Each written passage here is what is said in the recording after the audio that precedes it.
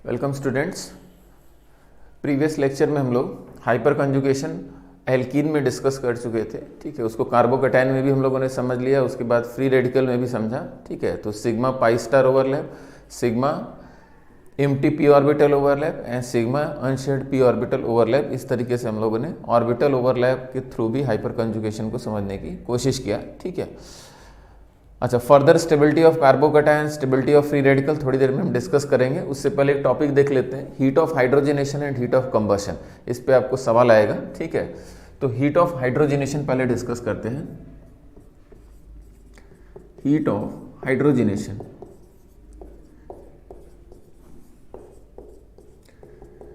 Heat of hydrogenation.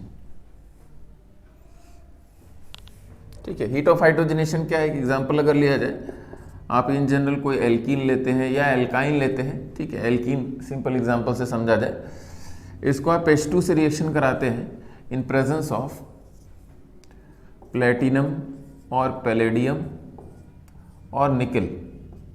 ठीक है, platinum और पैलेडियम और निकल क्या है? ये आपके कैटलिस्ट। ठीक है, हाइड्रोकार्बन जब पढ़ा जाएगा तो वहाँ हाइड्रोजनेशन और डिटेल में डिस्कस किया जाएगा। ठीक है, तो ये आपका एल्कीन हो गया और एल्काइन भी हो सकता है। ठीक है, तो यहाँ प्रोडक्ट हमारा क्या हो गया? प्रोडक्ट हो गया, 2 हाइड्रोजन इसमें लग जाएंगे। ठीक है, H हो गया और यहाँ आपका CH2H हो गया। ठीक है, ये आपका क्या बन गया? एल्केन बन गया, अनसैचुरेशन हट गया। ठीक, तो इस प्रोसेस में जो एनर्जी रिलीज होती है यहाँ, उसी को हीट ऑफ हाइड्रोजनेशन कहा जाता है। ठीक है, तो डेल्टा H जो होता है इसका निगेटिव होता है।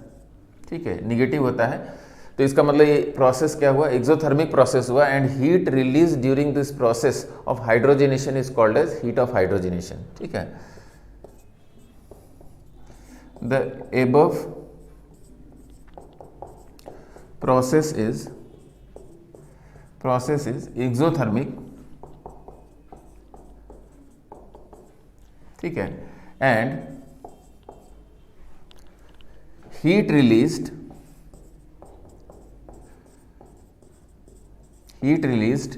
during this process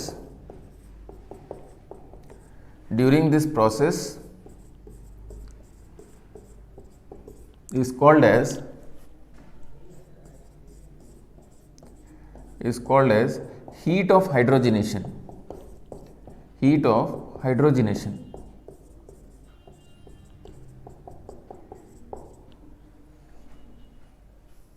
ठीक है, heat of hydrogenation, exothermic process. अच्छा, एक्सोथर्मिक प्रोसेस क्यों होगा? इसके लिए क्या लॉजिक दिया जाता है कि यहाँ पाई बॉन्ड को तोड़ रहे हैं। पाई बॉन्ड क्या है? कमजोर बॉन्ड है। ठीक है, और यहाँ क्या बना रहे हैं? 2 सिग्मा बॉन्ड का फॉर्मेशन कर रहे हैं, और सिग्मा बॉन्ड क्या होता है? मजबूत बॉन्ड होता है। तो इसका मतलब इसकी ओवरऑल एनर्जी क्या हो जाएगी? घट जाएगी। ठीक है, यहाँ मजबूत बॉन्ड का फॉर्मेशन हो रहा है और कमजोर बॉन्ड क्या कर रहे हैं? तोड़ रहे हैं। तो इसका मतलब क्या होगा? ओवरऑल कमजोर बॉन्ड तोड़ रहे हैं, मजबूत बॉन्ड बन रहा है। तो इसका मतलब ओवरऑल ये प्रोसेस क्या हो जाएगा? एक्सोथर्मिक प्रोसेस हो जाएगा, और इसमें हीट एनर्जी क्या होती है? रिलीज करती है। ये पॉइंट क्लियर हो गया? ठीक है, अच्छा, अब क्या है कि अब हम लोग इसको कंपेयर करेंगे, हीट ऑफ हाइड्रोजनेशन को कंपेयर किया जाता है। अच्छा, इसको इस तरीके से भी समझने की कोशिश करिए। अगर मान लीजिए ग्राफ के थ्रू हम समझाने की कोशिश करें। ठीक है, ये आपका रिलेटिव एनर्जी अगर हो गया, रिलेटिव एनर्जी। ठीक है, तो रिलेटिव एनर्जी में एल्कीन को हम लोग ऊपर रखेंगे। ये आपका एल्कीन हो गया, CH2 डबल बॉन्ड CH2। ठीक है, और हाइड्रोजनेशन आपने किया तो आप कहाँ पहुंच गया? CH3। ठीक है, ये एनर्जी एक्सेस पे हमने इसको बना लिया। ठीक है, और ये आपने प्रोसेस क्या किया है? हाइड्रोजनेशन का प्रोसेस किया है, और यही जो गैप है डेल्टा H, और यही एनर्जी क्या होगी? रिलीज होगी during hydrogenation, and this is called as heat of hydrogenation. ये पॉइंट क्लियर हो गया? ठीक है, तो आप यहाँ से यहाँ आ रहे हैं और H2PT की मदद से।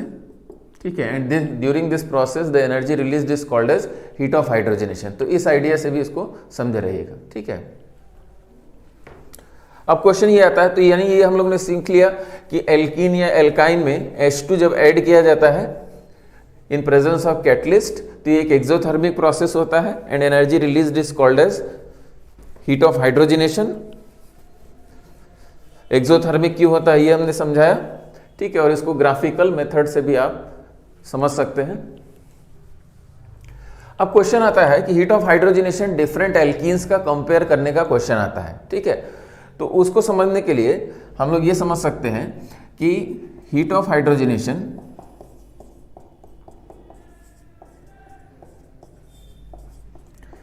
Hydrogenation is proportional to number of pi bonds.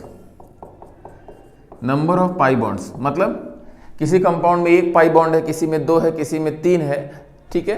तो जैसे जैसे पाई बॉन्ड की संख्या बढ़ेगी वैसे वैसे हीट ऑफ हाइड्रोजनेशन काफी ज्यादा इंक्रीज करेगा, ठीक है। तो पहला फैक्टर क्या हो गया, जितने ज्यादा पाई बॉन्ड उतनी ज्यादा क्या होगी, हीट ऑफ हाइड्रोजनेशन होगी।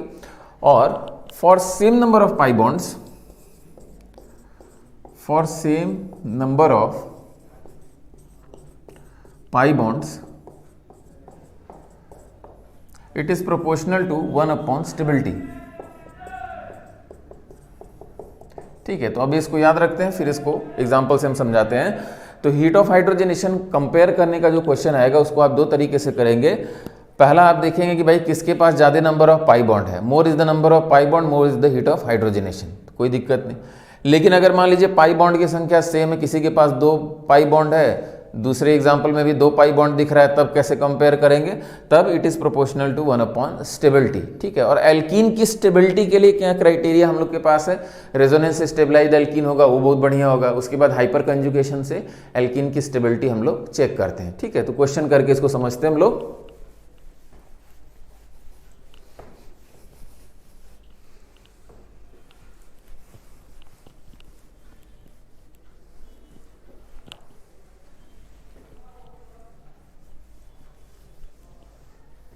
एक क्वेश्चन लिखिए,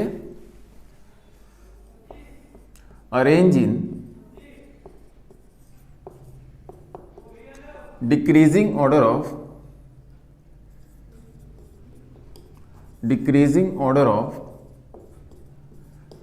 हीट ऑफ हाइड्रोजनेशन,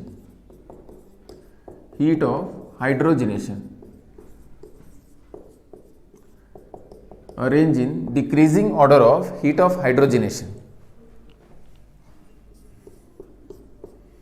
ये आपका पहला क्वेश्चन हो गया।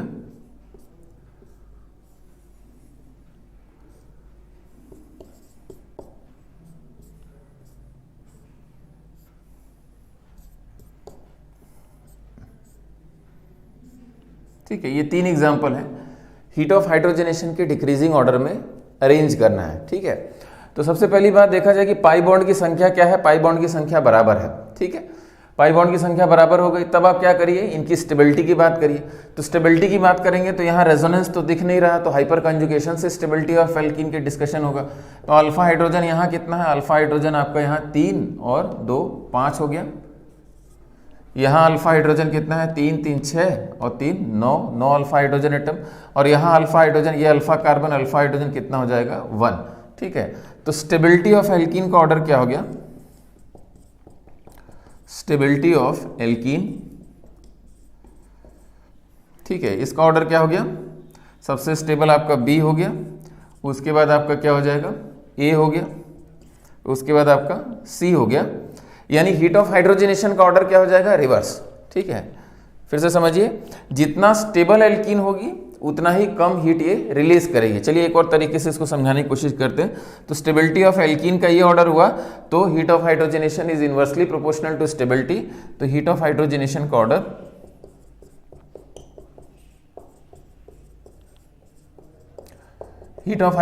का ऑर्डर क्या हो जाएगा, इसका रिवर्स, मतलब सी सबसे ज्यादा, फिर उसके बाद ए हो जाएगा, फिर उसके बाद क्या हो जाएगा, बी हो जाएगा। ये आपका हीट ऑफ हाइड्रोजनेशन का ऑर्डर हो जाएगा। अच्छा, इसको समझने का एक और तरीका क्या हो सकता है, जैसे इनका आप हाइड्रोजनेशन करेंगे, ठीक है, H2 प्लेटिनम पैलेडियम या निकल, तो प्रोडक्ट आपका क्या बनेगा, ये आपका डबल बॉन्ड हट जाएगा, यहाँ HH आ जाएगा, डबल बॉन्ड हट गया HH, यहाँ भी HH, तो आपका प्रोडक्ट तो ये बन गया,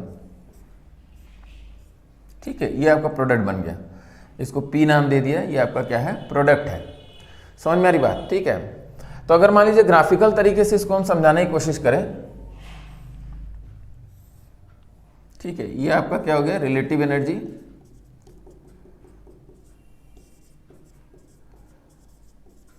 ठीक है, तो रिलेटिव एनर्जी की अगर बात करें तो रिलेटिव एनर्जी में सबसे ऊपर कौन होगा? ठीक है, सबसे अनस्टेबल कौन है? सी है। ठीक है, तो ये आपका क्या हो गया, सी हो गया। ठीक है, सी आपका स्ट्रक्चर क्या है,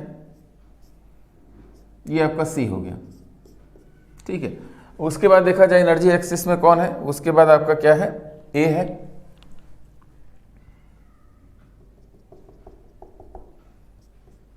ये आपका स्ट्रक्चर क्या है, इस प्रकार से। ठीक है, और उसके बाद आपका है बी, ये आपका बी हो गया।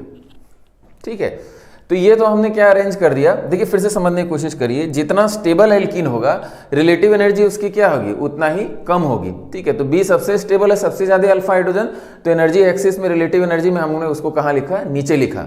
ठीक है, फिर उसके बाद ए की स्टेबिलिटी है, फिर सी सबसे अनस्टेबल है, अल्फा हाइड्रोजन कम है, तो एनर्जी एक्सिस में सबसे ऊपर हो गया। अच्छा, हाइड्रोजिनेशन करने के बाद आप कहाँ तक पहुंचेंगे, पी तक पहुंचेंगे। ठीक है, ये आपका क्या हो गया, पी हो गया है। ठीक है, ये हाइड्रोजिनेशन, यानी आपको यहां से यहां जाना है, यहां से यहां जाना है। ठीक है, और यहां से यहां जाना है। ठीक है, तो इसको अगर मान लीजिए हम डेल्टा H1 बोल दें, इसको डेल्टा H2 बोल दें, और इसको डेल्टा H3 बोल दें, तो ये गैप जितना बड़ा होगा उतनी ही ज़्यादा एनर्जी रिलीज होगी। ठीक है, तो इसका मतलब मेरे ख्याल से आप लोग समझ गए, heat of hydrogenation inversely proportional to stability. आपको यहाँ आना है और एनर्जी एक्सिस में आप जितना ऊपर रहेंगे उतना ही आपको नीचे आना पड़ेगा, और गैप एनर्जी का उतना ही बढ़ जाएगा, उतनी ज़्यादा एनर्जी आप रिलीज करेंगे। तो heat of hydrogenation is inversely proportional to stability. तो यहाँ डेल्टा H1 सबसे बड़ा हो गया, फिर डेल्टा H2, फिर उसके बाद डेल्टा H3। ठीक है, तो heat of hydrogenation is inversely proportional to stability, ये पॉइंट आप समझ गए। ठीक है, और ये भी समझ गए कि कैसे कंपेयर करना है, काफ़ी सिंपल क्वेश्चंस होते हैं इसमें। ठीक है, सीधे सीधे अल्फा हाइड्रोजन या स्टेबिलिटी के जो भी क्राइटेरिया है उनको कंसिडर करते हुए स्टेबिलिटी के ऑर्डर में अरेंज करिए, उल्टा आपका क्या हो जाएगा, आंसर हो जाएगा। ठीक है,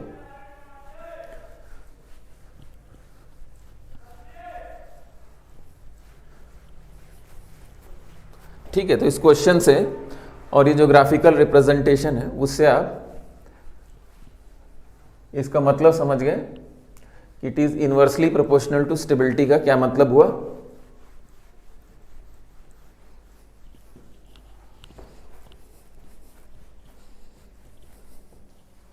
अब देखा जाए,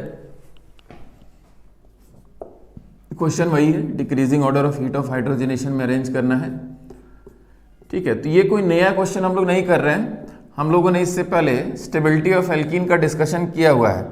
ठीक है, तो स्टेबिलिटी ऑफ एल्कीन का अगर डिस्कशन है हम लोग के पास, तो डायरेक्ट हम लोग स्टेबिलिटी और हीट ऑफ हाइड्रोजनेशन का कंक्लूजन ड्रॉ कर लेंगे।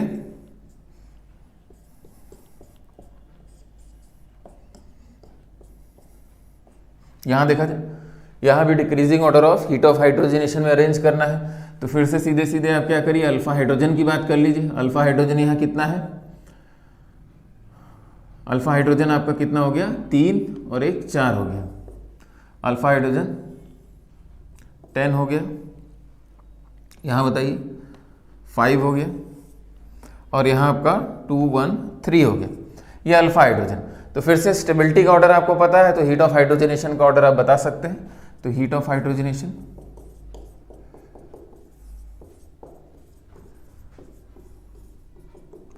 हीट ऑफ हाइड्रोजनेशन का ऑर्डर क्या हो जाएगा, डी सबसे ऊपर हो जाएगा क्योंकि डी की स्टेबिलिटी सबसे कम है। ठीक है, उसके बाद आपका क्या हो गया, उसके बाद ए हो गया,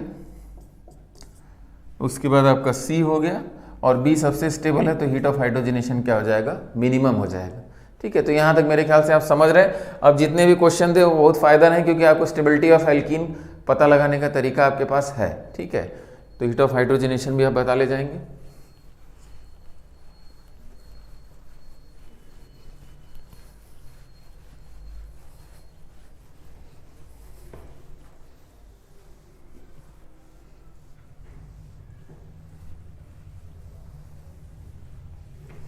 अच्छा, यहाँ एक चीज समझा था फिर से,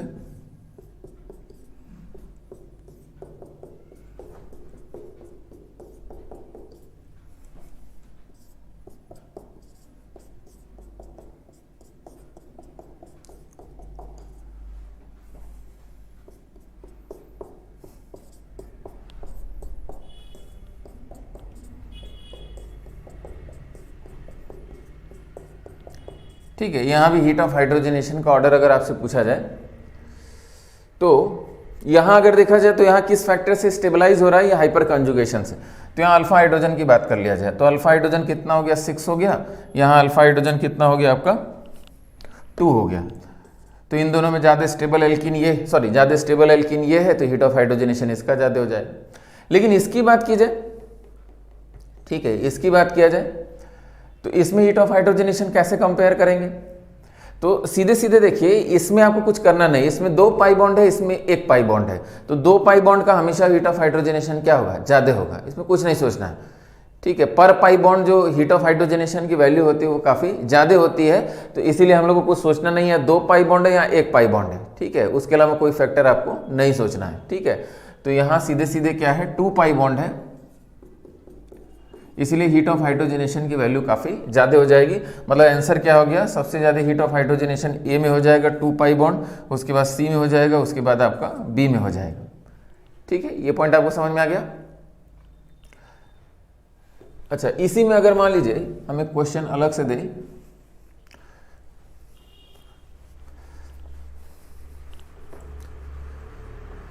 अगर आपसे पूछा जाए हीट ऑफ हाइड्रोजनेशन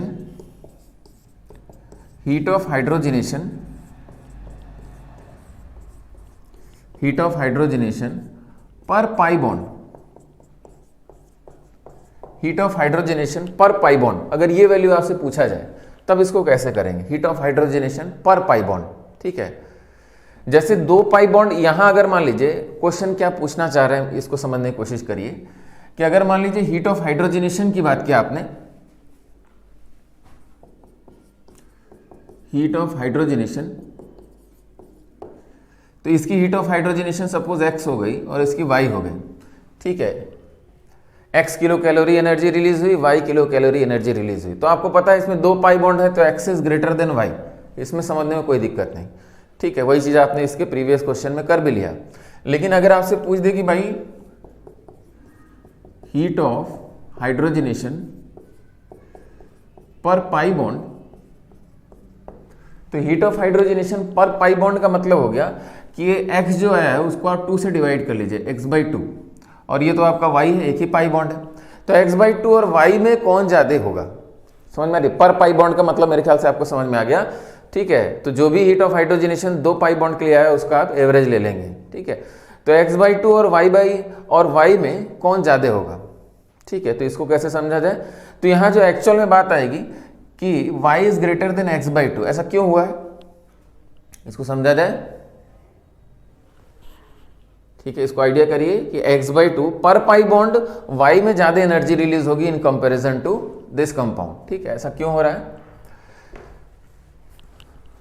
देखिए इसको समझने की कोशिश करिए कि जैसे यहां अगर मान लीजिए एक रफ आइडिया, एकदम एक रफ आइडिया लिया जाए कि ये आपका क्या है, इट इज रेजोनेंस स्टेबलाइज्ड, ठीक है। अगर मान लीजिए एक रफ आइडिया आपको दें कि एक पाई बॉन्ड अगर x या मान लीजिए z kilo joule per mole energy release करता है, ध्यान सुनिएगा, ठीक है। एक pi bond z kilo joule per mole energy release करता है, तो यहाँ 2 पाई बॉन्ड है, तो 2 पाई बॉन्ड को रफली कितनी एनर्जी रिलीज करनी चाहिए, 2z, ठीक है। लेकिन ये 2z एनर्जी रिलीज नहीं करेंगे, क्यों, क्योंकि ये क्या है, रेजोनेंस स्टेबलाइज। चलिए इसको दूसरे तरीके से हम समझाने की कोशिश करें, ठीक है। अच्छा, बी ऑप्शन भी हम यहां बना दें ताकि आपको कंपैरिजन करने में आसानी हो, ठीक है। एक चीज आपको क्लियरली समझनी चाहिए कि ये क्या है, रेजोनेंस स्टेबलाइज्ड, और इसमें क्या है, रेजोनेंस नहीं है, ठीक है। तो हम क्या एक्सपेक्ट कर रहे थे, एनर्जी एक्सिस अगर हम बनाए, रिलेटिव एनर्जी,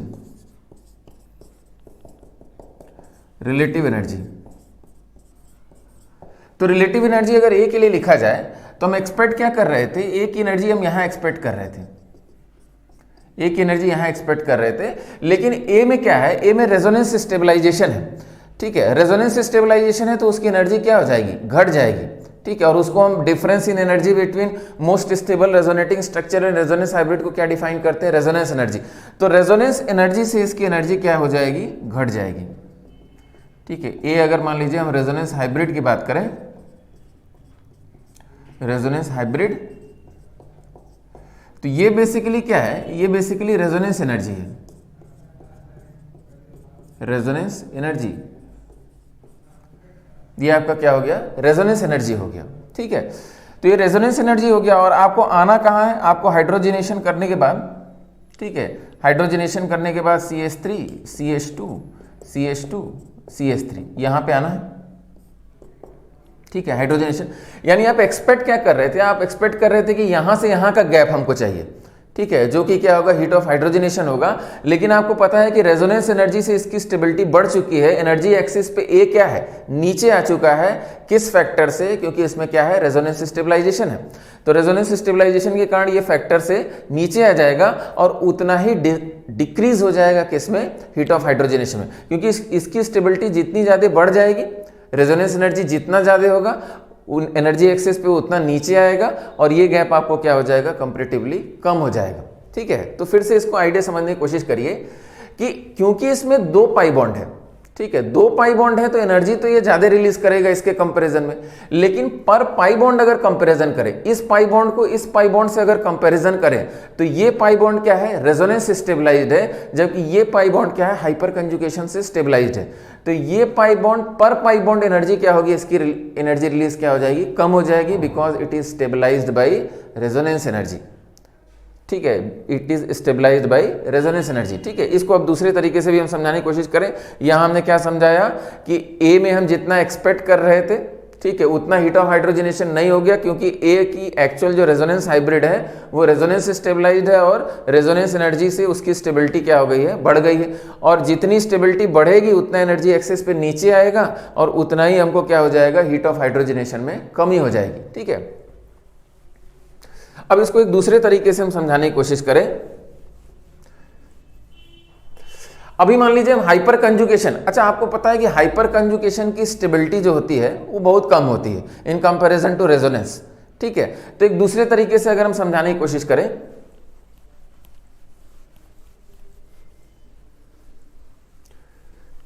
ठीक है,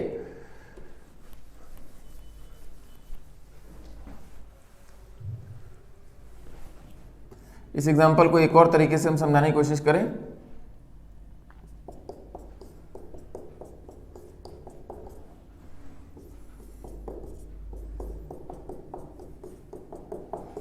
ठीक है, अभी हाइपर कंजुगेशन को एक तरफ रखिए, क्योंकि हाइपर कंजुगेशन से बहुत थोड़ी सी स्टेबिलिटी आएगी। तो अगर मान लीजिए हम इसका हीट ऑफ हाइड्रोजनेशन Z बोलते हैं, ठीक है, तो इसका हम एक्सपेक्ट कितना कर रहे थे, 2Z, एकदम रफ आइडिया। ठीक है, हाइपर कंजुगेशन को एक तरफ रखिए, इसका हम Z एक्सपेक्ट कर रहे थे क्योंकि इसमें 1 पाई बॉन्ड था और इसमें 2 पाई बॉन्ड है, तो हम 2Z एक्सपेक्ट कर रहे हैं। लेकिन 2Z हमको नहीं मिलेगा। 2Z इसलिए नहीं मिलेगा क्योंकि इसकी वैल्यू क्या हो चुकी है, रेजोनेंस एनर्जी से घट चुकी है, minus resonance energy. RE stands for resonance energy. ठीक है, क्योंकि जितना एनर्जी एक्सेस पे नीचे आएगा उतना हीट ऑफ हाइड्रोजनेशन में हमको कमी मिल जाएगी। और रेजोनेंस एनर्जी क्यों हो रही है, क्योंकि इसमें क्या है, रेजोनेंस दिख रहा है, कंजुगेशन दिख रहा है। तो फिर से समझाएं आपको, अगर इसकी Z हीट ऑफ हाइड्रोजनेशन है 1 पाई बॉन्ड के कारण, तो हम एक्सपेक्ट कर रहे थे कि 2 पाई बॉन्ड के कारण 2Z होगा, लेकिन 2Z यहां नहीं है, क्योंकि 2Z माइनस रेजोनेंस एनर्जी करना पड़ेगा, क्योंकि रेजोनेंस एनर्जी के कारण ये क्या है, स्टेबिलिटी हो गई है। लेकिन क्वेश्चन क्या है, अच्छा no doubt 2Z minus resonance energy और Z में ज्यादा कौन है, तो इसमें ज्यादा आपका क्या है, ये है, क्योंकि ठीक है 2Z क्या हो गया, Z की वैल्यू क्या होती है, जनरली ज्यादा होती है। ठीक है, Z की वैल्यू ज्यादा होती है और रेजोनेंस एनर्जी बहुत ज्यादा नहीं होता है। क्यों, क्योंकि जो इसमें आप रेजोनेंस कराते हैं वो चार्ज सेपरेशन का रेजोनेंस है और प्लस माइनस आता है। ध्यान से इस बात को सुनिएगा। ठीक है, जैसे यहाँ 2Z माइनस रेजोनेंस एनर्जी है और यहाँ क्या है, Z है, और हम कह रहे हैं कि 2Z माइनस रेजोनेंस एनर्जी हमेशा ही लगभग क्या होता है, ज्यादा होता है इन कंपेरिजन टू Z। इसका मतलब क्या हुआ, इसका मतलब रेजोनेंस एनर्जी की वैल्यू बहुत ज्यादा भी नहीं होती है। क्यों नहीं होती है, क्योंकि इसमें चार्ज सेपरेशन का रेजोनेंस है, प्लस माइनस आता है। ठीक है, तो हमने आपको बोल दिया कि अगर नंबर ऑफ पाई बॉन्ड ज्यादा है तो इसका मतलब हीट ऑफ हाइड्रोजनेशन ज्यादा है, और इसमें 2Z माइनस रेजोनेंस एनर्जी है और रेजोनेंस एनर्जी की वैल्यू थोड़ी सी होती है। ठीक है, मान लीजिए Z की वैल्यू 100 है, ठीक है, 100 किलो जूल पर मोल है, तो इसकी वैल्यू क्या हो गई, 200 हो गई, और रेजोनेंस एनर्जी 1 या 2 किलो कैलोरी पर मोल हुआ। समझ में आ रही बात। ठीक है, तो उसमें से बहुत घटाएंगे तो बहुत फर्क नहीं पड़ेगा। लेकिन ये तो हीट ऑफ हाइड्रोजनेशन कंपेयर किया, तो 2Z माइनस रेजोनेंस एनर्जी पर पाई बॉन्ड का मतलब क्या हो गया, बाई 2 हो गया, 2 से डिवाइड कर दिया और यहाँ Z हो गया। अब किसकी वैल्यू ज्यादा हो जाएगी, Z की वैल्यू ज्यादा हो जाएगी। ठीक है, तो ये आपका क्या है, हीट ऑफ हाइड्रोजनेशन पर पाई बॉन्ड।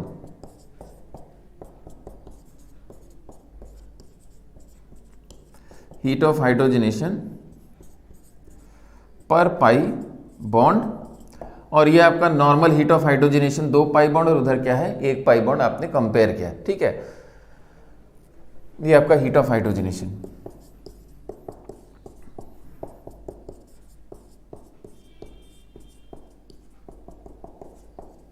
ठीक है, तो एक बार हम बहुत क्लियरली आपको समझाएं फिर से, ठीक है, क्योंकि कहीं भी कंफ्यूजन नहीं रहना चाहिए। अगर क्वेश्चन में पाई बॉन्ड में अंतर दिख जाए, ठीक है, यहां 2 पाई बॉन्ड दिख गया, वहां क्या दिख गया 1 पाई बॉन्ड दिख गया, तो पाई बॉन्ड में अंतर दिख गया तो हीट ऑफ हाइड्रोजनेशन तो इसका ही ज्यादा होगा, ठीक है। लेकिन अगर पर पाई बॉन्ड पूछ रहा है, तो क्योंकि ये रेजोनेंस स्टेबलाइज्ड है और वो उसमें रेजोनेंस नहीं है, तो पर पाई बॉन्ड इसका 1 पाई बॉन्ड और इसका 1 पाई बॉन्ड, तो ये ज्यादा एनर्जी रिलीज करेगा, क्योंकि इसका जो पाई बॉन्ड है वो रेजोनेंस स्टेबलाइज्ड है, और जितनी स्टेबिलिटी होगी उतना हीट ऑफ हाइड्रोजनेशन में क्या हो जाएगा, कमी हो जाएगा। दूसरा तरीका क्या हुआ समझाने का, दूसरा तरीका हुआ कि इसको अगर हम Z कह रहे हैं हीट ऑफ हाइड्रोजनेशन, तो रफली हमको एक्सपेक्ट क्या करना था कि 2Z, क्योंकि 2 पाई बॉन्ड है। हाइपर कंजुगेशन को एक तरफ रख रहे हैं, हाइपर कंजुगेशन से वैल्यू में बहुत जरा सा फर्क आता है, तो हम 2Z एक्सपेक्ट कर रहे हैं, लेकिन आपको पता है 2Z नहीं, एनर्जी एक्सिस पे इसकी रेजोनेंस एनर्जी से स्टेबिलिटी बढ़ गई, ग्राफ से हमने समझाया, तो उतना ही कमी किस में आ जाएगी, हीट ऑफ हाइड्रोजनेशन में कमी आ जाएगी, ठीक है। तो 2Z माइनस रेजोनेंस एनर्जी, लेकिन हम कह रहे हैं 2Z माइनस रेजोनेंस एनर्जी अभी भी Z से क्या होगा, ज्यादा होगा। क्यों? क्योंकि Z की वैल्यूज जो होती है वो हीट ऑफ हाइड्रोजनेशन की वैल्यूज क्या होती हैं, काफी ज्यादा होती हैं, ठीक है। तो ये 100, तो ये आपका क्या है 200, ठीक है। और रेजोनेंस एनर्जी जो उसमें से घटा रहे हैं उसकी जो वैल्यूज होती है, ठीक है, वो काफी कम होती है, क्योंकि रेजोनेंस करा रहे हैं तो बहुत बढ़िया रेजोनेंस थोड़ी है, 4 सेपरेशन का प्लस माइनस का रेजोनेंस है, तो 2 किलो कैलोरी 3 किलो कैलोरी कुछ हो गया, तो इसमें से घटाएंगे तब पर भी क्या होगी, इसकी वैल्यू तो काफी ज्यादा होगी इन कंपेरिजन टू Z।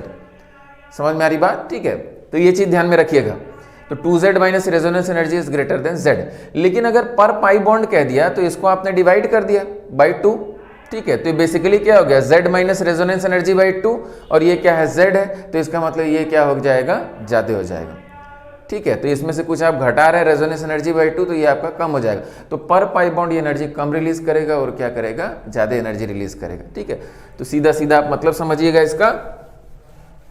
अच्छा, जो हम वैल्यूज का नाम ले रहे हैं, ठीक है, वैल्यू पे भी डिस्कशन करेंगे, ठीक है। हमने जो बोला कि भाई इसमें बढ़िया रेजोनेंस नहीं है, 4 सेपरेशन है, ठीक है, रफली 1 to 2 किलो कैलोरी पर मोल, तो एग्जैक्टली वैल्यू का भी कैलकुलेशन हम लोग किया जाएगा, ठीक है। लेकिन जब हम लोग प्रॉपर हाइड्रोकार्बन में हीट ऑफ हाइड्रोजनेशन की स्टडी करेंगे तब थोड़ा सा वैल्यू का डिस्कशन करेंगे, तब आपको एग्जैक्टली समझ में आएगा कि 2Z माइनस रेजोनेंस एनर्जी को हम ज्यादा ही क्यों कह रहे हैं Z से, ठीक है।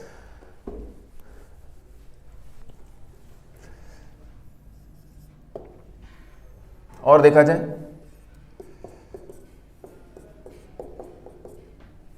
Decreasing order of heat of hydrogenation, वही क्वेश्चन चल रहा है।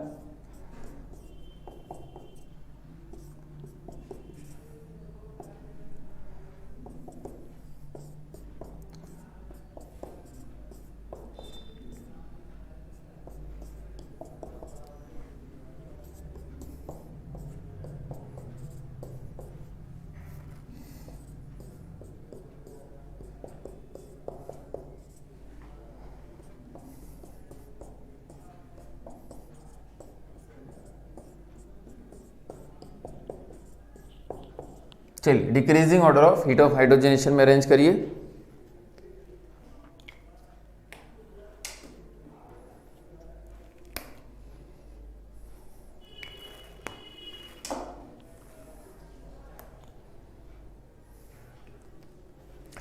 अच्छा, इसमें एक तो हमको समझ में आ रहा है कि अल्फा हाइड्रोजन देखिए सर 0 है, यहाँ अल्फा हाइड्रोजन 3 है, यहाँ 6 है, यहाँ 9 है, यहाँ 12 है, तो stability of order of this क्या हो जाएगा, स्टेबिलिटी ऑर्डर आपका EDCBA हो जाएगा। ये पॉइंट क्लियर है? मोर is the number of alpha hydrogen, more is the stability of alkene, तो हीट ऑफ हाइड्रोजनेशन का क्या ऑर्डर हो जाएगा,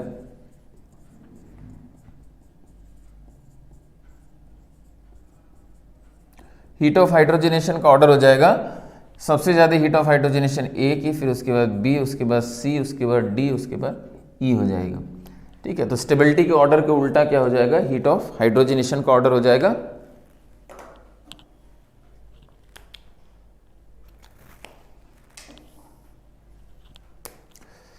अच्छा, इस क्वेश्चन में लेकिन एक दिक्कत है समझने की, ठीक है। पहले मेरे ख्याल से आपका आंसर आ गया, ठीक है, चीज़ों को आपने रफली समझ लिया। अब एक और पॉइंट इसमें जो डिस्कशन का है उसको समझा जाए, ठीक है। एक दिक्कत थी इसमें, जैसे इसमें इससे पहले जितने हमने एग्जांपल्स लिखे थे उसका जब हाइड्रोजनेशन करेंगे तो जो आपका प्रोडक्ट बनता था वो सेम बनता था। प्रोडक्ट आपका क्या था, सेम था। जो भी आपका प्रोडक्ट में एल्केन बन रहा था वो सेम बन रहा था। लेकिन यहां देखिए, यहां आप हाइड्रोजनेशन करेंगे तो आपका प्रोडक्ट क्या बन गया, CH3CH3। यहां आपने हाइड्रोजनेशन किया तो आपका प्रोडक्ट क्या बन गया, CH3CH2CH3। यहां आपने हाइड्रोजनेशन किया,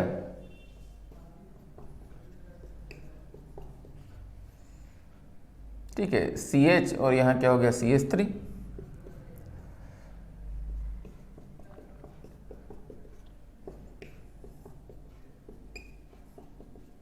और यहां आपने हाइड्रोजनेशन किया तो आपका प्रोडक्ट ये बन गया, ठीक है। तो एक तो समस्या दिख रही है, लेफ्ट साइड में हमने स्टेबिलिटी कंपेयर कर लिया, आंसर लिख दिया, वो तो ठीक है, ठीक है। लेकिन राइट साइड में प्रोडक्ट तो सेम नहीं बन रहा है, ठीक है। तो फिर भी आप कैसे कंपेयर कर ले रहे हैं, वो ग्राफ वाले तरीके से जरा समझा जाए एक बार, ठीक है, कि क्या दिक्कत एक्चुअल में यहां हो रही है, ठीक है, और उसका क्या आंसर हुआ, क्या सोल्यूशन हुआ।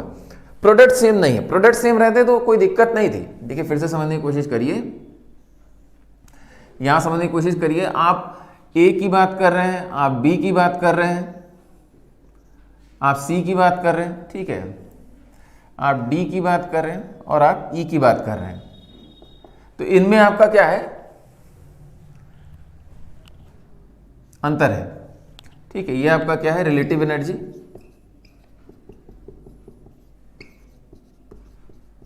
तो आपने कंक्लूजन तो ड्रॉ कर दिया कि जो जितना क्या होगा, अनस्टेबल होगा, अल्फा हाइड्रोजन 0, तो इसकी हीट ऑफ हाइड्रोजनेशन उतनी कम हो जाएगी।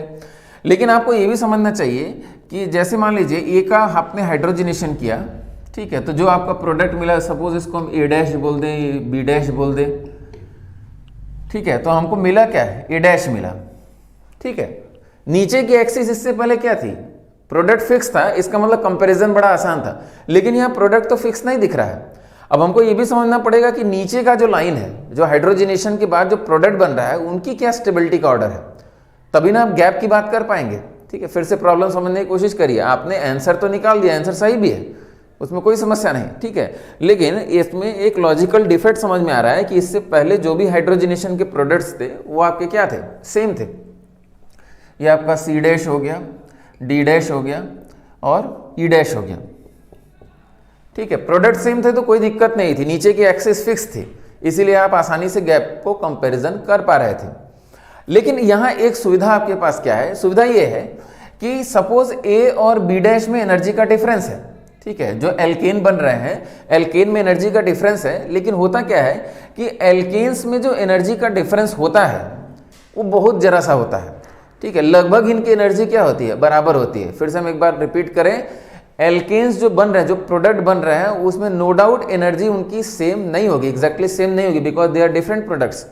लेकिन अच्छी बात यह है कि एल्केन्स में जो एनर्जी गैप होता है वो बहुत ही कम होता है, तो इसको हम लोग नेग्लेक्ट कर देते हैं, ठीक है। तो सपोज ए ये हो गया, बी ये हो गया, बी डैश ये हो गया, सी डैश ये हो गया, ठीक है, या डी डैश हो गया, ई डैश हो गया, जो भी हो गया, ठीक है। तो इनका एनर्जी गैप क्या होता है, लगभग नेग्लिजिबल होता है, लगभग ये बराबर एनर्जी पे हम कंसिडर कर लेते हैं, ठीक है। तो इस पॉइंट को हम लोग लिखेंगे नहीं, बस एक लॉजिकल जो दिक्कत आ रही थी वो हमने आपको डिस्कस कर दिया, ठीक है। तो एक बार फिर से हम आपको बता दें कि यहाँ क्या दिक्कत आ रही है, जब आपकी एल्कीन्स डिफरेंट है, एल्कीन्स डिफरेंट है तो प्रोडक्ट भी डिफरेंट होगा।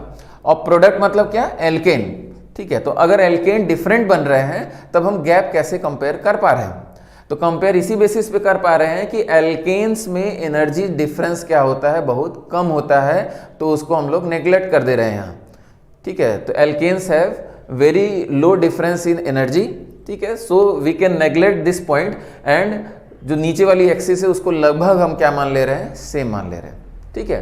तो इसीलिए हम आसानी से गैप कंपेयर कर पा रहे हैं और अपने ओरिजिनल स्टेटमेंट पे अभी भी हम लोग कायम है कि more is the stability of alkene, ठीक है, lesser will be the heat of hydrogenation, inversely proportional to stability, ठीक है।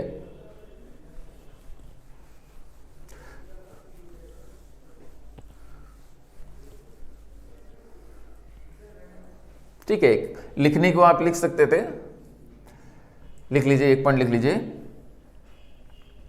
Energy difference between the products, energy difference between the products that is A dash B dash C dash E dash, energy difference between the products, ठीक है, bracket में जो alkene बन रहे हैं,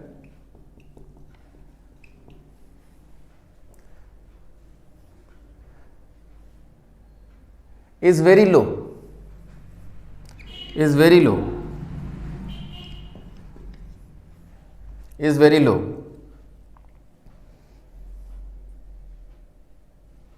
ठीक है, so we can approximately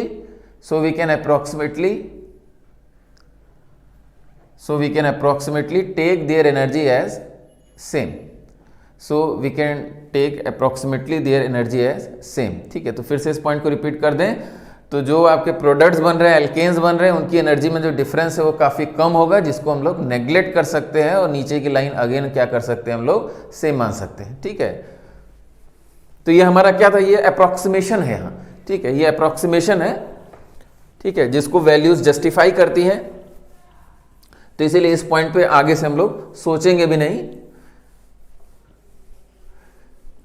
ठीक है, इसका मतलब हीट ऑफ हाइड्रोजनेशन की बात हम लोग की लगभग कंप्लीट हो गई। एक और क्वेश्चन कर लेते हैं।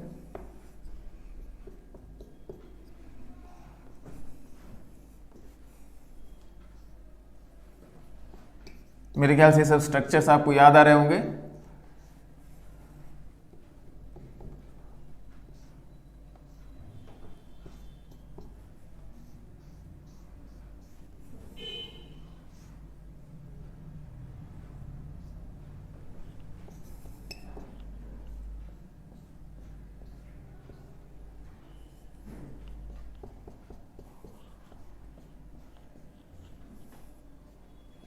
ठीक है, इसमें हीट ऑफ हाइड्रोजनेशन का डिक्रीजिंग ऑर्डर में अरेंज करिए।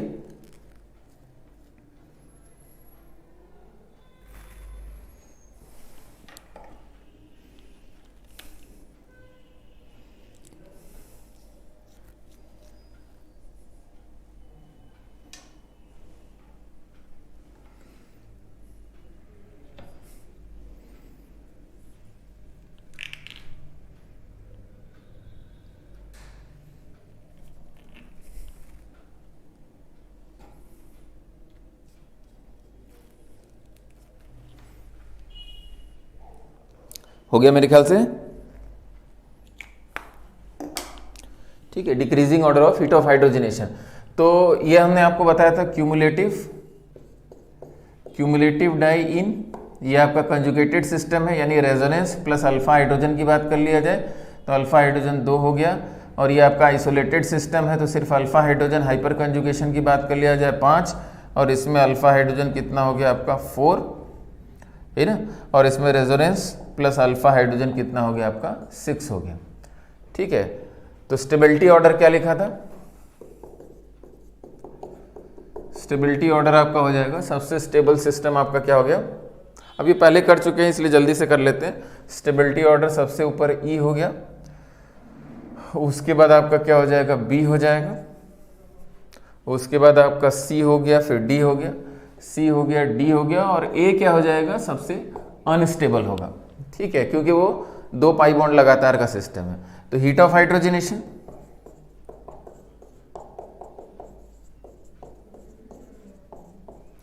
हीट ऑफ हाइड्रोजनेशन, तो हीट ऑफ हाइड्रोजनेशन ए हो गया, उसके बाद डी, उसके बाद सी, उसके बाद बी, फिर उसके बाद ई हो जाएगा। ठीक है, तो फिर से स्टेबिलिटी का ऑर्डर अगर आप लिख सकते हैं तो आप हीट ऑफ हाइड्रोजनेशन का ऑर्डर आराम से लिख सकते हैं। ठीक है, उसमें कोई दिक्कत नहीं।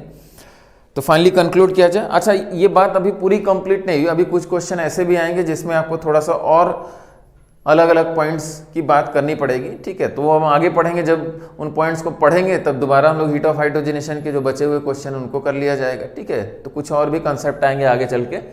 ठीक है, लेकिन फिलहाल जो आपके 95% क्वेश्चंस हैं वो आपके हो जाएंगे, मैक्सिमम क्वेश्चंस जो हो जाएंगे। ठीक है, क्योंकि जो कंसेप्ट है वो तो यही। तो फाइनली कंसेप्ट को फिर से समराइज कर लिया जाए। हीट ऑफ हाइड्रोजनेशन, तो एल्कीन या एल्काइन को जब हाइड्रोजनेट किया जाता है तो एनर्जी जो रिलीज होती है उसी को क्या बोलते हैं, हीट ऑफ हाइड्रोजनेशन। क्यों एनर्जी रिलीज हो रही है? क्योंकि मजबूत दो सिग्मा बॉन्ड का फॉर्मेशन होता है और पाई बॉन्ड ब्रेक करते हैं, ठीक है। अच्छा, हाइड्रोजन हाइड्रोजन का भी पाई बॉन्ड आप ब्रेक कर रहे हैं, ठीक है। तो हाइड्रोजन हाइड्रोजन का सिग्मा बॉन्ड ब्रेक कर रहे हैं और कार्बन कार्बन का पाई बॉन्ड ब्रेक कर रहे हैं लेफ्ट साइड, और राइट साइड में दो आपका क्या हो रहा है, सिग्मा बॉन्ड फॉर्मेशन हो रहा है। तो ओवरऑल जो फिजिबिलिटी, ओवरऑल ये प्रोसेस एक्सोथर्मिक होता है। इसका मतलब हम कह सकते हैं कि ठीक है कि CH बॉन्ड मजबूत सिग्मा बॉन्ड राइट साइड में बन रहे हैं, इसीलिए एनर्जी क्या हो रही है, रिलीज हो रही है, ठीक है। तो हाईली एक्सोथर्मिक प्रोसेस होता है। और कंपेयर करने के लिए मोर is the number of pi bond, more is the heat of hydrogenation. Second factor क्या हो गया? सेकेंड फैक्टर हो गया, अगर पाई बॉन्ड की संख्या बराबर है तो आप क्या करेंगे, इनवर्सली प्रोपोर्शनल टू स्टेबिलिटी। और स्टेबिलिटी के लिए जो क्राइटेरिया है वो आपको हमने पहले ही पढ़ा दिया है, ठीक है। और एक और टर्म हमेशा थोड़ा सा अलर्ट होकर क्वेश्चन को पढ़ेंगे, कहीं ये हीट ऑफ हाइड्रोजनेशन पर पाई बॉन्ड तो नहीं पूछ रहा है, तो पर पाई बॉन्ड फिर से क्या हो जाएगा, इनवर्सली प्रोपोर्शनल टू स्टेबिलिटी, ठीक है। उसमें कुछ बहुत सोचना नहीं है। और जो हमने आपको समझाया ग्राफ के थ्रू उसको भी समझिएगा। प्रोडक्ट सेम नहीं रहता है कई बार, तब पर भी कोई बहुत दिक्कत नहीं है, क्योंकि एल्केन्स की एनर्जी ऑलमोस्ट हम लोग नीचे की एक्सिस कांस्टेंट ले सकते हैं, ठीक है। अच्छा, एक और छोटा सा टर्म देख लेते हैं, heat of combustion. Heat of combustion, heat of combustion क्या है? ये आपका कोई भी हाइड्रोकार्बन हो गया CXHY, ठीक है, एल्केन हो गया, एल्कीन हो गया, एल्काइन हो गया, ठीक है। तो उसको अगर आप O2 से रिएक्शन करा रहे हैं तो ये प्रोसेस क्या होता है, ये कंबशन का रिएक्शन हो गया और ये एक्सोथर्मिक प्रोसेस होता है। तो आपका प्रोडक्ट क्या होता है, किसी भी कंबशन, हाइड्रोकार्बन के कंबशन का प्रोडक्ट क्या होता है, carbon dioxide. Sufficient supply of oxygen अगर प्रोवाइड करेंगे तो प्रोडक्ट क्या होगा, कार्बन डाइऑक्साइड प्लस H2O, ठीक है। हाइड्रोकार्बन चैप्टर पढ़ा जाएगा तो उसमें इनसफिशिएंट सप्लाई ऑफ ऑक्सीजन या इन प्रेजेंस ऑफ कैटलिस्ट तब क्या प्रोडक्ट बन सकते हैं, तब वेरियस पॉसिबिलिटी में प्रोडक्ट बनते हैं, ठीक है। तो अभी एक्सेस ऑफ O2, ठीक है, जितना रिक्वायरमेंट है उतना अगर आप दें तब आपका प्रोडक्ट क्या हो जाएगा, CO2 plus H2O। And this process is exothermic. Delta H क्या होता है, निगेटिव, ठीक है, हाईली एक्सोथर्मिक।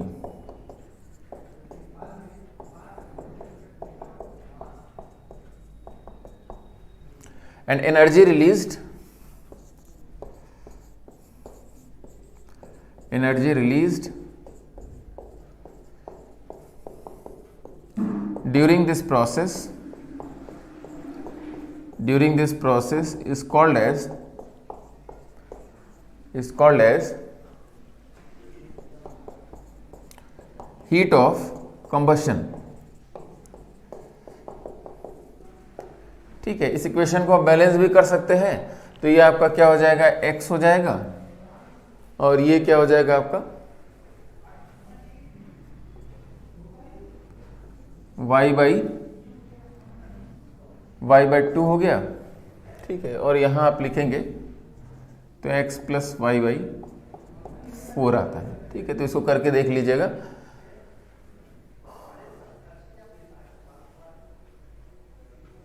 ठीक है, तो इसको कर लीजिएगा।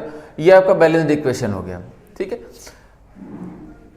तो कोई भी एल्कीन या एल्काइन O2 के साथ रिएक्शन करता है, एक्सेस सप्लाई ऑफ O2, ठीक है, जितना रिक्वायरमेंट है उतना देंगे, तो product is carbon dioxide plus H2O and the reaction is highly exothermic, ठीक है।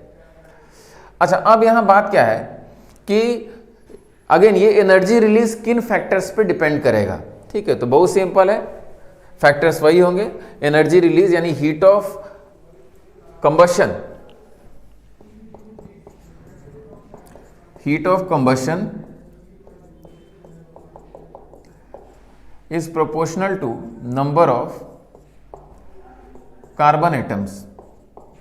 जैसे वहां पाई बॉन्ड में आपने पढ़ा था is directly proportional to number of pi bonds, तो यहां भी directly proportional to number of carbon atom.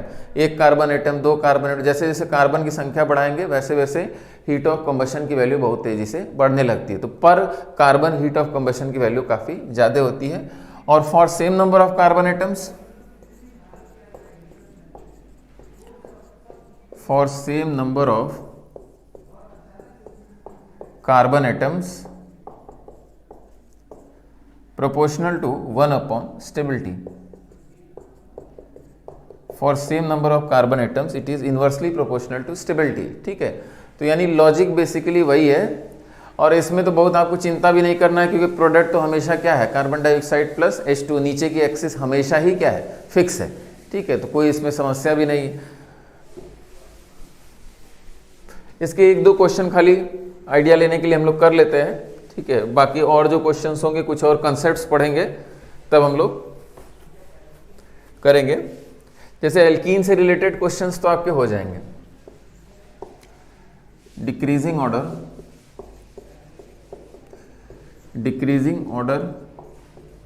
Of heat of combustion, decreasing order of heat of combustion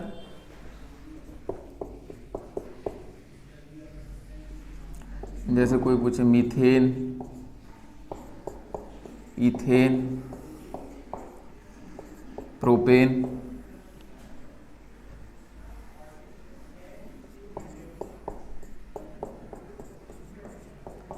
तो यहां सिंपली लॉजिक क्या हो गया, यहां लॉजिक क्या हुआ, ठीक है, मोर is the number of carbon atom, more is the heat of combustion, तो C हो गया, B हो गया, ये आपका A हो गया। ठीक है,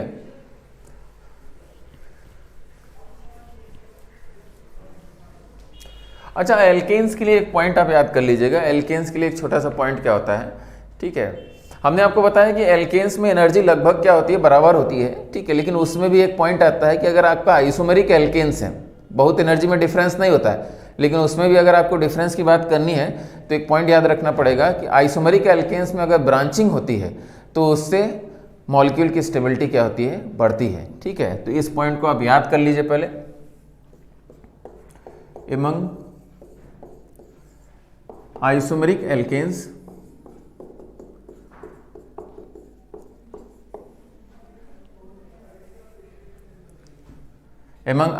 एल्केन्स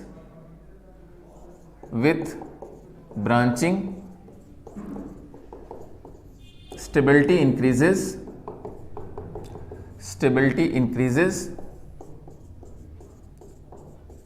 तो स्टेबिलिटी इंक्रीज करेगी तो हीट ऑफ कंबशन क्या होगा, डिक्रीज करेगा, एंड हीट ऑफ कंबशन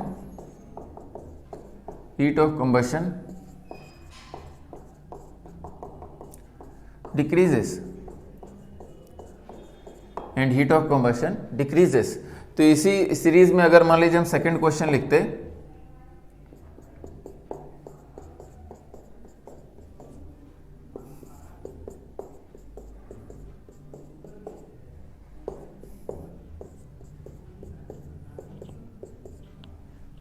ठीक है, ये आपका क्या हो गया, meth eth prop but pent, this is n pentane,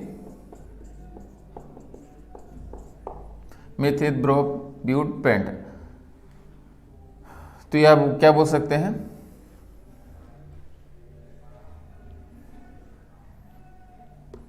two methyl butane,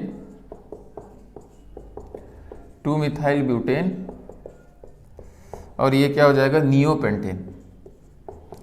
neopentane. ठीक है, तो अगर इस टाइप का आपको हीट ऑफ कंबशन कंपेयर करने के लिए क्वेश्चन दे दिया, क्वेश्चन है भी आपका असाइनमेंट में, ये क्वेश्चन है। ठीक है, तो अगर आपको हीट ऑफ कंबशन कंपेयर करना होगा तो एक लॉजिक आपके पास रहेगा कि ब्रांचिंग से मॉलिक्यूल की थर्मोडायनेमिक स्टेबिलिटी बढ़ती है। ठीक है, तो इट इज मोर स्टेबल, मतलब हीट ऑफ कंबशन क्या होता है, कम होता है। तो यानी हीट ऑफ कंबशन का ऑर्डर क्या हो जाएगा, हीट ऑफ कंबशन सबसे ज्यादा A का हो जाएगा, उसके बाद B का हो जाएगा, उसके बाद C का हो जाएगा। तो एल्केन के लिए छोटा सा पॉइंट आपके पास रहेगा। ठीक है,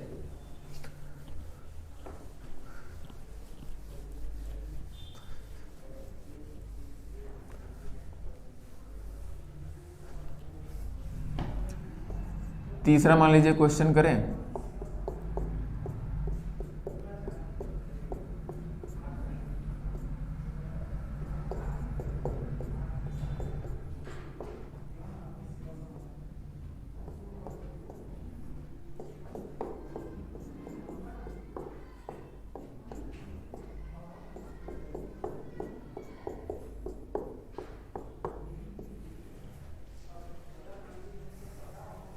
ठीक है, तो इसमें डायरेक्ट अगर लिखा जाए हीट ऑफ कम्बशन,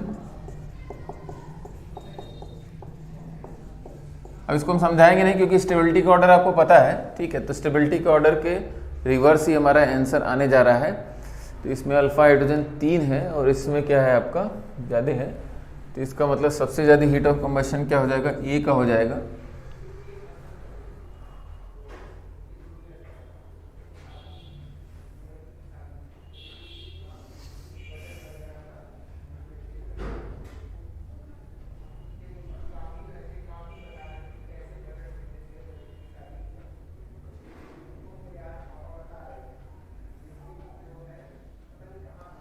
चलिए इस डबल बॉन्ड को अगर यहाँ शिफ्ट करें, एक बार इससे पहले जो क्वेश्चन कराया था उसको भी देख लीजिएगा। ठीक है, अगर मान लीजिए ये अगर ऑप्शन होगा, अच्छा रुकिए इसको फिर से बताएं, यहाँ अल्फा हाइड्रोजन कितना हो गया, अच्छा ठीक है 3 1 4 हो गया ना अल्फा हाइड्रोजन, एक बार लिख लेना चाहिए आराम से। ठीक है, जल्दीबाजी किस चीज़ की, 3 3 6 और ये 10 हो गया। यहाँ अल्फा हाइड्रोजन कितना हो गया, 5 हो गया।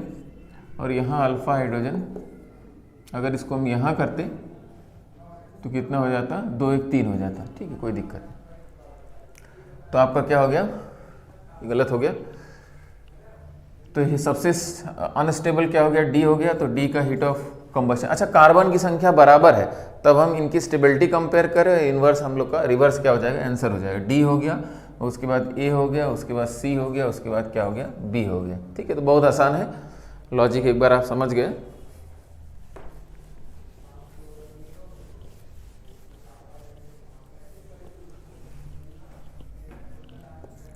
अच्छा इसमें लेकिन थोड़ा सा आपको अलर्ट भी रहना है, जैसे CH2 double bond CH2, CH3 CH double bond CH2।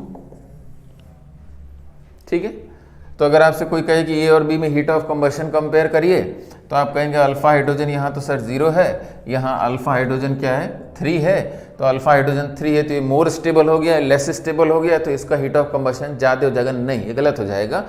इनके कार्बन में अंतर दिख रहा है, इसमें 2 कार्बन है क्योंकि प्रोडक्ट क्या है CO2 प्लस H2O, जितना कार्बन होगा उतना CO2 इतना, ठीक है, पर मोल उतना ही क्या हो जाएगा, heat of hydrogenation sorry heat of combustion क्या हो जाएगा, ज़्यादा हो जाएगा। तो यहाँ 2 कार्बन, यहाँ 3 कार्बन, कुछ सोचना ही नहीं है।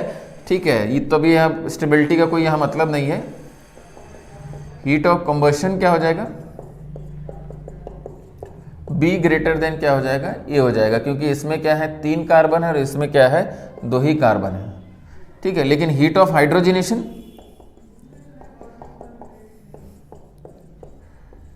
हीट ऑफ हाइड्रोजनेशन का जो ऑर्डर था वो क्या था, ए ग्रेटर देन क्या था, बी था। और स्टेबिलिटी आपको पता है बी ग्रेटर देन ए हो जाएगा। ये पॉइंट सबको क्लियर हुआ। नंबर ऑफ कार्बन में अगर अंतर है तो जो ज़्यादा कार्बन है आप उसके साथ चले जाएंगे, जो नंबर ऑफ पाई बॉन्ड की बात जो कर रहे थे वैसा ही कुछ। ठीक है, तो यहाँ थोड़ा सा अलर्ट रहने की जरूरत है।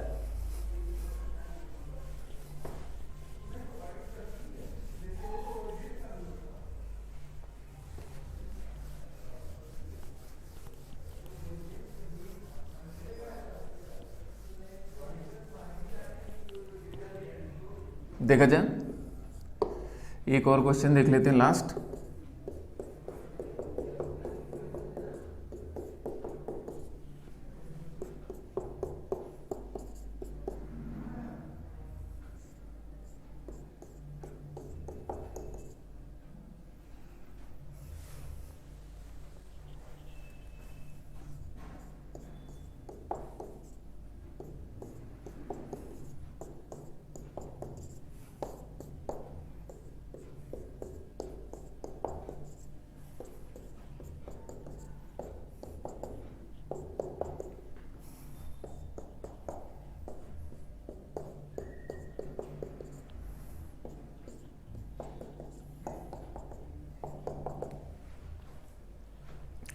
ठीक है, क्वेश्चन पहले भी आ चुका है, इसमें स्टेबिलिटी ऑर्डर आप कंपेयर कर चुके हैं। इसको क्या बोला जाता है, अल्फा ब्यूटलीन,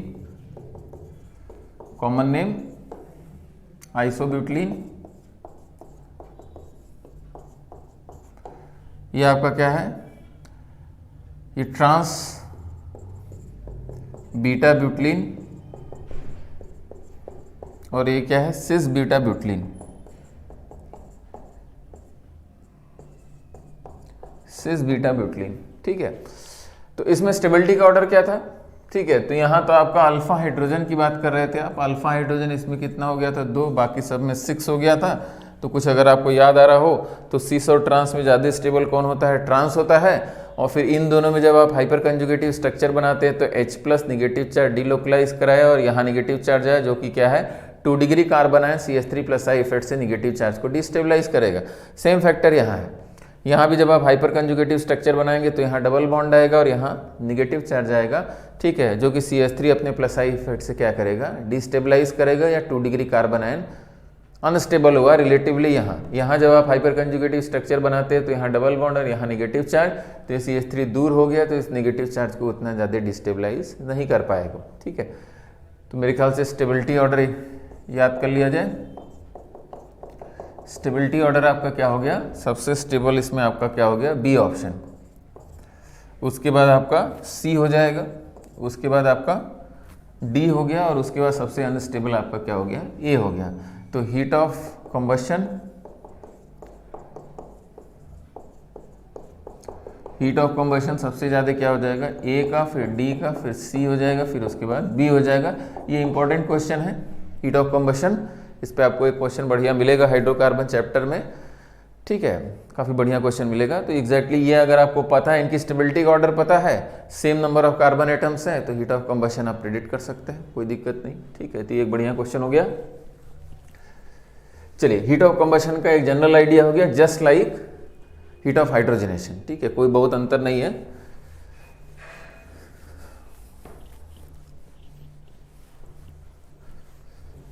तो क्वेश्चन करने में तो कोई बहुत अंतर नहीं हुआ, ठीक है।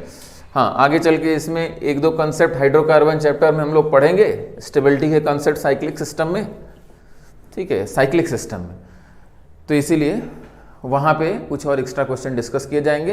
तो एक दो क्वेश्चन आपके लगभग दो क्वेश्चन आपके फॉस्टर के अभी नहीं होंगे, ठीक है, हीट ऑफ हाइड्रोजनेशन के। तो उसको हम लोग हाइड्रोकार्बन में प्रॉपर जब पढ़ेंगे कि स्टेबिलिटी के और क्या क्राइटेरिया होते हैं, ठीक है, aromatic, anti aromatic, non aromatic, इस टाइप के टर्म पढ़ेंगे, ठीक है, या एंगल स्ट्रेन पढ़ेंगे, साइक्लोप्रोपेन का डिस्कशन करेंगे, तब आपके वो क्वेश्चंस हो जाएंगे, ठीक है। तो एक दो तीन क्वेश्चन आप अभी के लिए छोड़े रहिएगा, बाकी सारे क्वेश्चंस हो जाएंगे, ठीक है।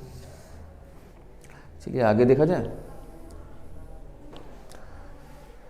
चलिए आज का डिस्कशन यहीं कंक्लूड किया जाए। तो heat of combustion, heat of hydrogenation हम लोगों ने डिस्कस कर लिया, ठीक है। और नेक्स्ट क्लास में हम लोग प्रॉपर स्टेबिलिटी ऑफ कार्बोकैटायन का टॉपिक हम लोग डिस्कस करेंगे, ठीक है। चलिए ठीक है, थैंक यू।